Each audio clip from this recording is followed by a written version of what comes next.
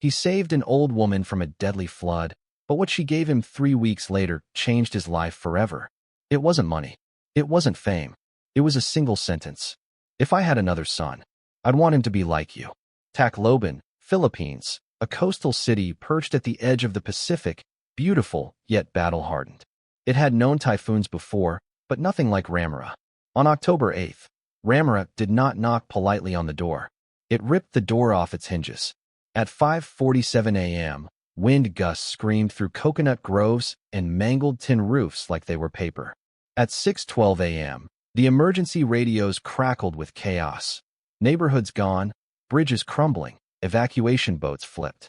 And by 6:35 a.m., a terrified voice broke through the static. Please, someone. A woman is still inside, CDO Manga, house with red gate. Dante Elias froze when he heard it. He had just finished pulling 2 children onto the back of a fire truck when the transmission came through. His team had orders, pull back. No rescues beyond that street. But Dante looked at the map, the street name, and clenched his jaw. He knew that neighborhood. He grew up just 5 blocks from there. I'm going, he said to his team lead. Dante, we wait for clearance. It's suicide now. But Dante had already dropped the radio, strapped on a flotation vest, and sprinted into the rising water. Dante wasn't just running toward the call. He was running from something else. For years, he'd carried the memory of his mother, Marissa Elias, being swept away in another storm, another flood, when he was just 14. That day, he had held her hand until his fingers gave out. Her final words haunted him, "Don't let go." But he did, and she vanished into the river. Since then, every rescue, every risk, had been part of an invisible atonement. Each life he pulled from danger was a silent apology to the one he could not save. The streets of CDO Manga were no longer streets. They were canals filled with razor-sharp debris, gas canisters, dead animals, and overturned cars. Dante dove headfirst, swimming through water that smelled like oil and rot. His legs scraped against submerged metal, and hot blood mixed with floodwater. He winced but didn't stop. The red gate appeared like a phantom through the curtain of rain. He kicked in the door. Inside was darkness. Then, a whimper. "Help, anyone please." A frail woman, probably late 70s, sat on a mattress half-submerged, clutching an old framed photo in a canvas tote bag. "Lola Mirda?" Dante asked. She nodded slowly. "We need to go now. I can't swim." "You won't have to." He pulled rope from his gear, tied her to his back like a child, her arms around his neck. The moment they stepped outside, a log crashed past them, nearly knocking them down. Water slapped them like waves. Dante forced himself forward, one stroke at a time. He remembered his mother's grip slipping. He gritted his teeth. "Not again," he muttered. A metal sheet from a rooftop flew past and sliced his arm. He screamed but held on. They floated dangerously close to a collapsed wall where electrical wires danced like snakes. He turned away just in time, guiding them toward an abandoned truck cab barely sticking out above water. Using his last strength, he hoisted both of them onto it. There, under the unrelenting rain, he collapsed. He had no idea how long they'd floated. Time had turned into the rhythm of survival. Kick, dodge, pull, breathe. They lay on top of the truck cab for several minutes, panting. Lola Mirda was trembling, her lips blue. "You okay, Lola?" he asked, gasping. "You saved me. But you're bleeding." Dante looked down. His thigh was still oozing blood.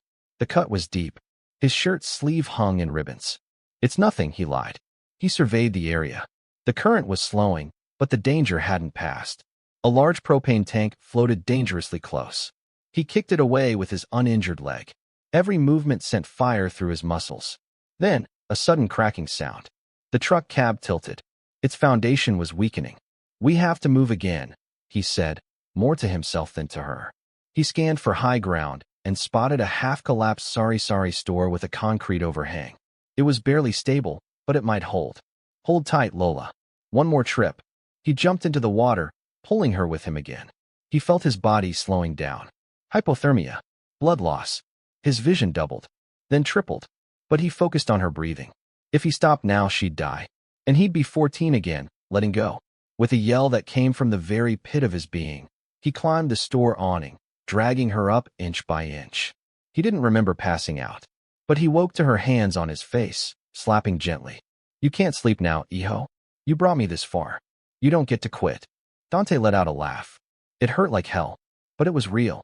They waited on that rooftop for 4 hours before a rescue drone spotted them. By then, Dante had wrapped his shirt around her shoulders, using the last of his body heat to keep her warm.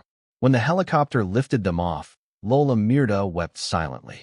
Not out of fear or cold, but out of something older, gratitude mixed with disbelief. Dante blacked out before they reached the hospital, but his last conscious thought wasn't of pain. It was of peace. Ehim did not. Parts 1 and 2 remain unchanged. Tacloban Regional Medical Center, Day 3 after Typhoon Ramara. The room Dante awoke in smelled like bleach and boiled rice. The kind of sterile, too quiet place that made his skin itch. White ceiling, white sheets, white fluorescent lights. But no rain. He blinked, tried to sit up, and immediately groaned. His leg was stitched and splinted, his arm wrapped in gauze. Pain pulsed from his ribs like tiny aftershocks. Nurse Rena, who had been quietly reading near the window, leapt up and pressed the call button. "You're awake," she said, setting down her book. "Doctor said you might take another day." "What happened?" Dante croaked. "You passed out in the chopper. Low blood pressure, blood loss, mild hypothermia."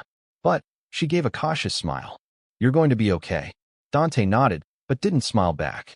He looked out the window. There was no rain, no screaming wind, no floodwaters crashing. But the storm hadn't left him. It swirled behind his eyes, fragments of memory, panic, and regret. He was 14. She had been shouting his name. The water reached their chests. Marissa Elias, barefoot, had tied her scarf around his wrist. "Don't let go," she said. Then the refrigerator slammed into them. The scarf tore. Her face, the last moment. She had smiled, trying to comfort him. And then she was gone. He'd waited on the rooftop all night. No one came. He never forgave himself. Dr. Solis arrived later that afternoon. He was a calm man, older, kind eyes behind thick glasses. "I'm not here just to treat the wounds," he said gently. "Mind and body, Mr. Elias. Both bleed." "I don't need therapy," Dante muttered. "You bled yourself dry to save a stranger. And yet you don't think you're worth saving?" Dante looked away. "I did what anyone would." "No, many would not." The doctor handed him a small envelope. "Someone left this for you." It was a handwritten note. The pen trembled on every stroke. "You saved not only me, but the last piece of my life I thought I had lost. The photo you saw of my son. He disappeared in 1986. You brought him back to me, even if only through memory. Thank you, Dante. Thank you for not letting go. Lola Mirda." Dante pressed the letter to his chest. For the first time since the rescue, he let himself cry. Later that night, there was a knock. A man in uniform, Mayor Vicente Salvador, stepped in with a local news reporter and a photographer. "We just want a quick photo," the reporter said. "You're the face of hope right now." Dante's jaw tightened. "No photos. But I didn't do this for a camera. I don't want a parade. Please." Mayor Salvador held up his hands. "Understood. But know this, the people are grateful. We don't forget those who stay when others run." They left quietly. Rena peeked her head in. "You really hate attention, huh?" Dante chuckled weakly. "I just don't want to be called a hero when all I did was hold on. Sometimes holding on is the most heroic thing anyone can do." The next morning, Dante used crutches to walk the hallway. There, he found a child, a girl maybe 6 or 7, staring at a broken vending machine. Her name tag read Cheska. "Hi," he said. "You hungry?" She nodded but didn't speak. Her teddy bear was missing one eye. Dante reached into his pocket and handed her a cracker from his tray. "It's not much, but it's yours." Her lips curled upward. The following day, he came back with a new bear, one he borrowed from the lost and found. No one claimed it. Small acts. But they grounded him. He could help. He wasn't helpless. He wrote letters to other patients, helped the janitor mop the hallway, listened to an elderly man talk about pre-war Tacloban for an hour. Bit by bit, the storm inside him began to calm. Dr. Solis returned. "You've been busy," he said, glancing at a list of Dante's activities. "Helping others again. But are you helping yourself?" Dante shrugged. "I don't know how." "You already are. You're staying, engaging, feeling." He paused. "But there's one more step." "What?" "Forgive yourself." That night, Dante took the letter from Lola and placed it beside the old scarf he kept folded in his wallet, the one his mother tied around his wrist all those years ago. He whispered, "I didn't let go this time, Mom. I didn't." And finally, he slept without dreaming of water. The sunrise on day 21 after Typhoon Ramura was unlike any Dante had seen in years. The air still smelled faintly of mold and seawater, but the sky was pink, soft, and delicate, as if nature itself had decided to whisper an apology.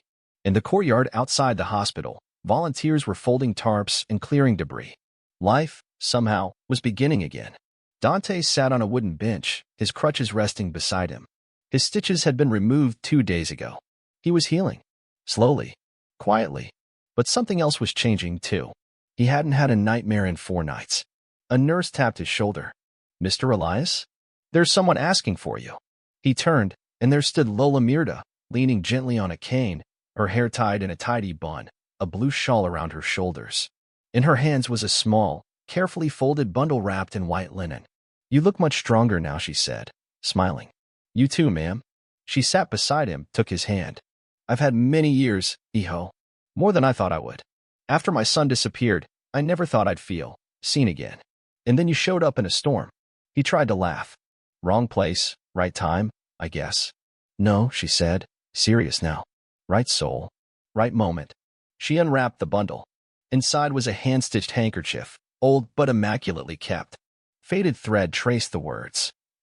"El que salva a otro, se encuentra a sí mismo." He who saves another, finds himself. My husband gave it to me before he left for the army. I carried it through war, through loss. I want you to have it now. Dante swallowed. "This is too important to give away. It's already found its new owner." She placed it gently in his hand, then leaned in.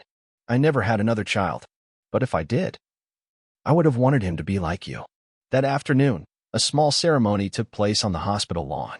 Not one of fanfare or press coverage, just nurses, staff, survivors, and Mayor Salvador with a simple folder in his hands.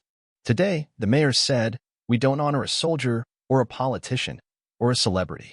We honor a man who acted because it was right, not because someone was watching." He turned to Dante. "You did not just save a woman. You reminded us what courage and humanity look like." He handed Dante a certificate, and more than that, a quiet nod of deep respect. Dante held it for a second, then handed it to Cheska, the little girl with the teddy bear, now clinging shyly to Rena's hand. "I think she deserves this more than I do," he said. The crowd clapped. Cheska beamed. 2 days later, Dante packed his things. He didn't plan to stay in Tacloban. A volunteer crew was heading north to Bilaran, where roads had collapsed and water was scarce. He walked through the hospital hall slowly, shaking hands, nodding goodbye. At the exit, Rena stood waiting. "You sure you're ready to leave?" she asked. "No," Dante said honestly, "but I think I'm ready to start." She handed him a small journal. Inside were words from dozens of people, patients, nurses, volunteers, each page a handwritten note of thanks. "You changed more than just one life," she said. "Don't forget that." He blinked fast to keep tears down. "I won't." She hugged him tightly. "Be safe, hero." He rode in the back of a flatbed truck, the breeze tugging at his shirt. In his pocket, the scarf his mother had given him. In his bag, the handkerchief from Lola Mirda. And in his chest, something he hadn't carried in years, peace. They passed villages with broken fences, kids waving from rooftops, and signs that read Salamat, Mga Biyani. He waved back. For once, he didn't feel like he was running away. He was running towards something new. Months later, in a quiet corner of Tacloban General, there's a wall of gratitude. No plaques, no brass frames. Just Polaroids and handwritten notes. At the center is a picture. Dante Elias sitting beside an old woman on a hospital bench at sunrise. The handkerchief between them. The sky glowing behind. Underneath, in faded ink. Some heal with medicine. Others with words. And some simply by staying when everyone else has left. Dante never came back to that wall. But he never needed to. Because in every life he touched, the storm had finally passed.